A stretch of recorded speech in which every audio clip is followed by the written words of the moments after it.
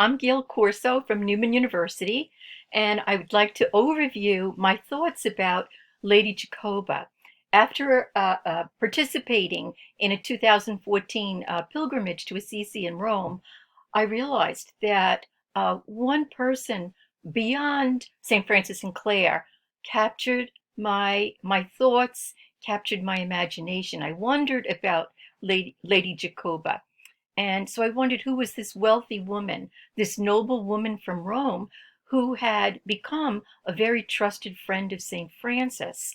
I wondered, when did they meet?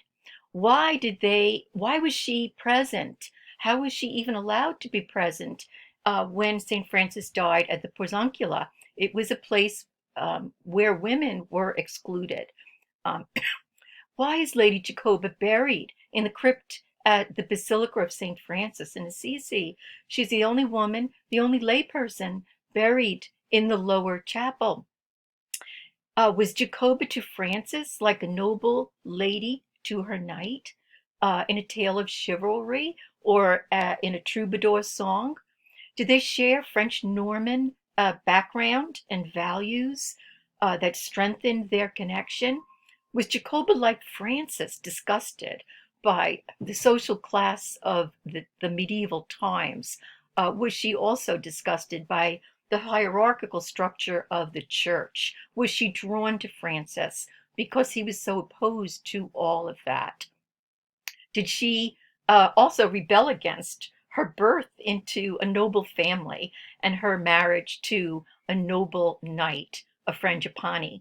So did Jacoba and Francis share radical beliefs about charity and justice for all?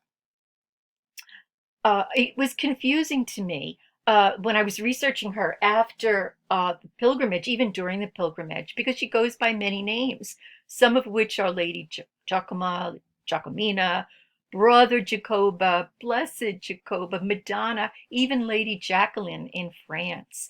So it created a bit of confusion about her identity for me. I returned to Assisi for a half day with a group of students 2 years later.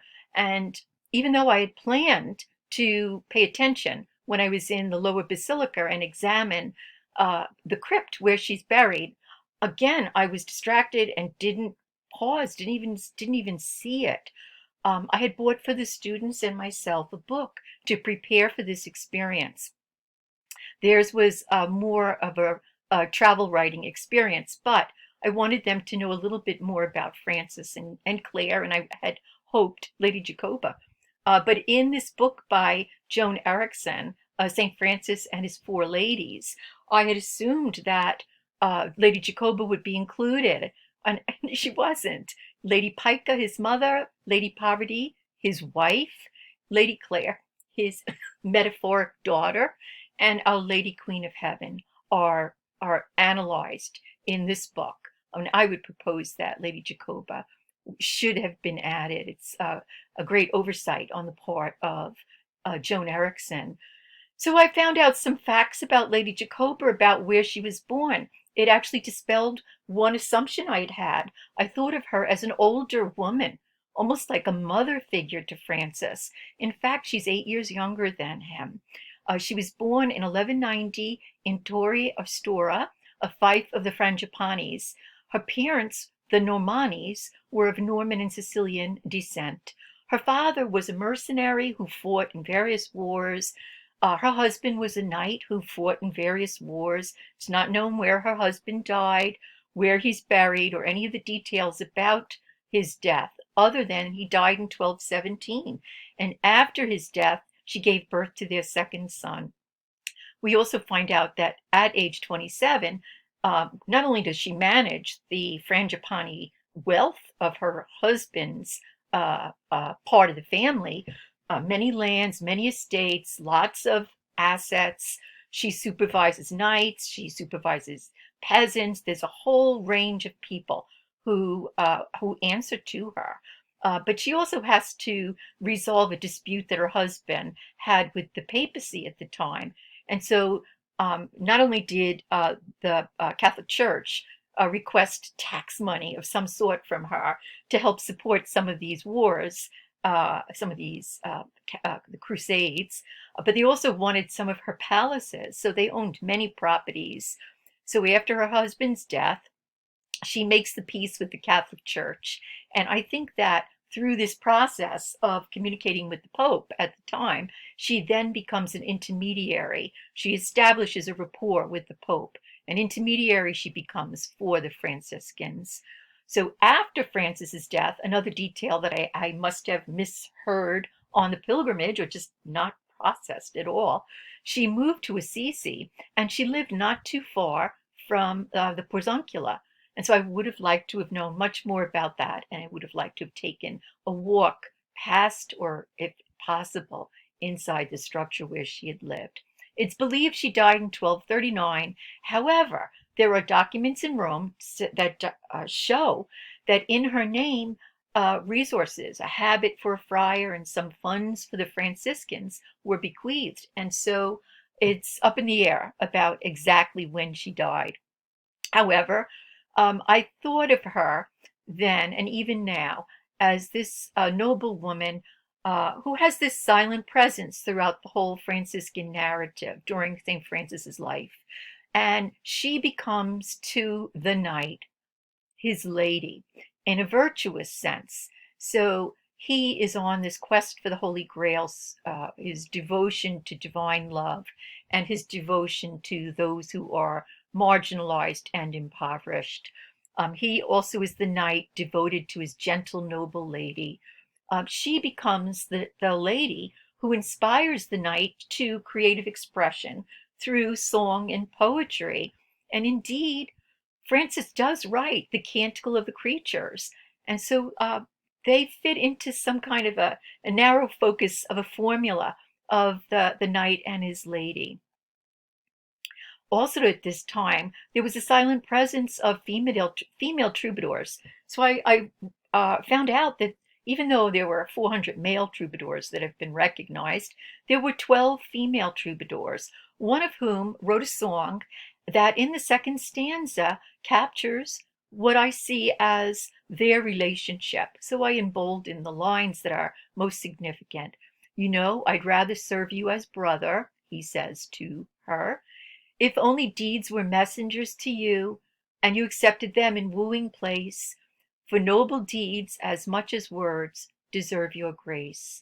Indeed, she witnesses him and doing his noble deeds. In 1209, she actually goes to hear him preaching in the streets of Rome, and she's very taken by his message of courtesy for all. So there's this social acceptance for all, not just the nobles, not just those in religious roles, but for all, including the peasants. So at that time, she was married. In 1212, evidently, she and her husband had invited Francis and the friars to stay at their estate, perhaps at the Septizonium.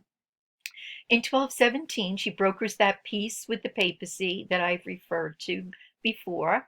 In 1223, she receives a lamb as a gift from St. Francis. And at this time, he had traveled from Assisi to Rome in order to receive the Pope's ratification of the newer Franciscan rule. So this is toward the end of his life when he's getting very frustrated with the rapid growth and the movement toward a hierarchical structure.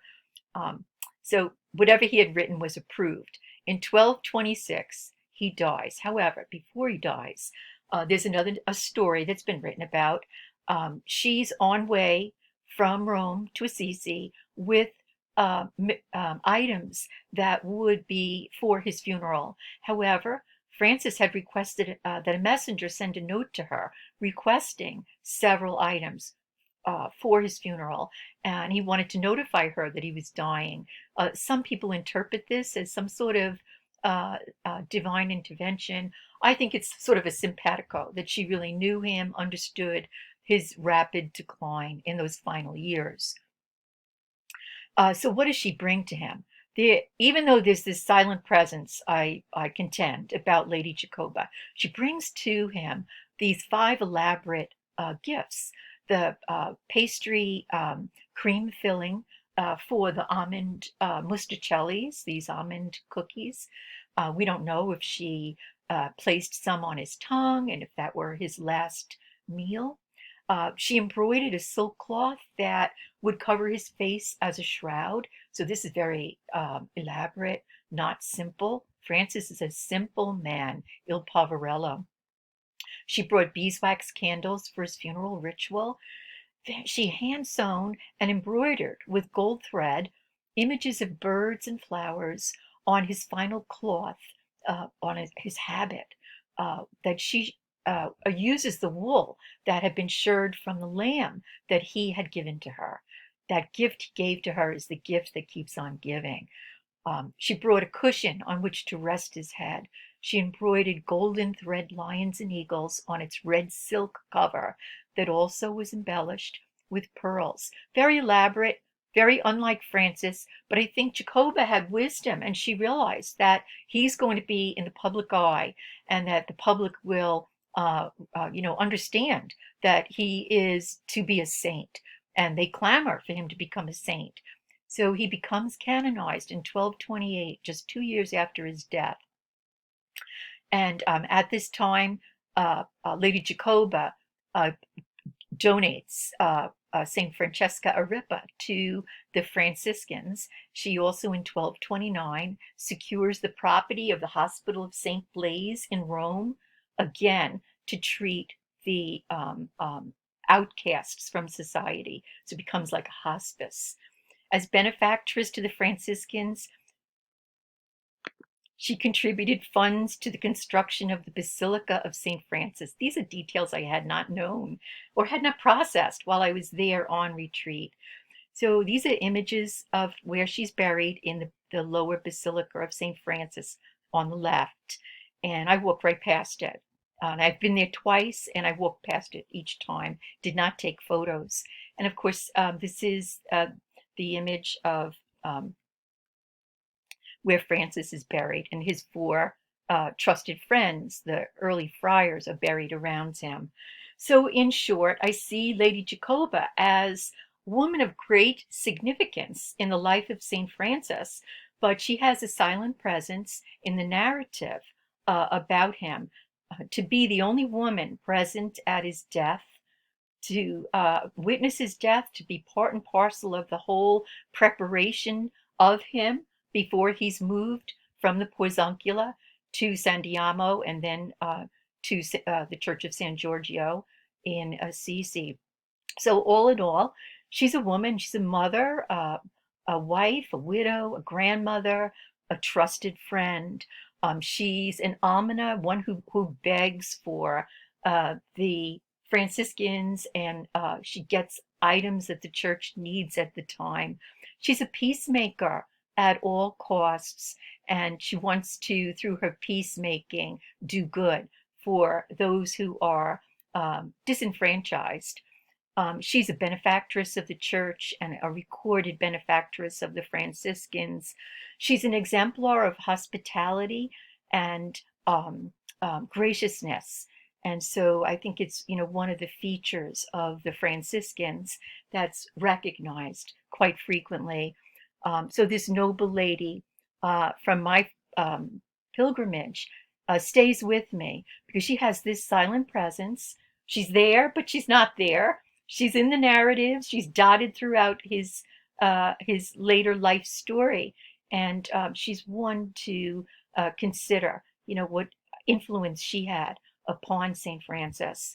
These are two current historical fictions written about her, both published in 2019, both enjoyable reading. The authors do say that the certain elements of the plot and the characterizations are factual, but most of the storyline is imaginative. So I invite you to read them. So thank you. I really appreciate having this opportunity to share with you the little bit I know about the silent presence of Lady Jacoba.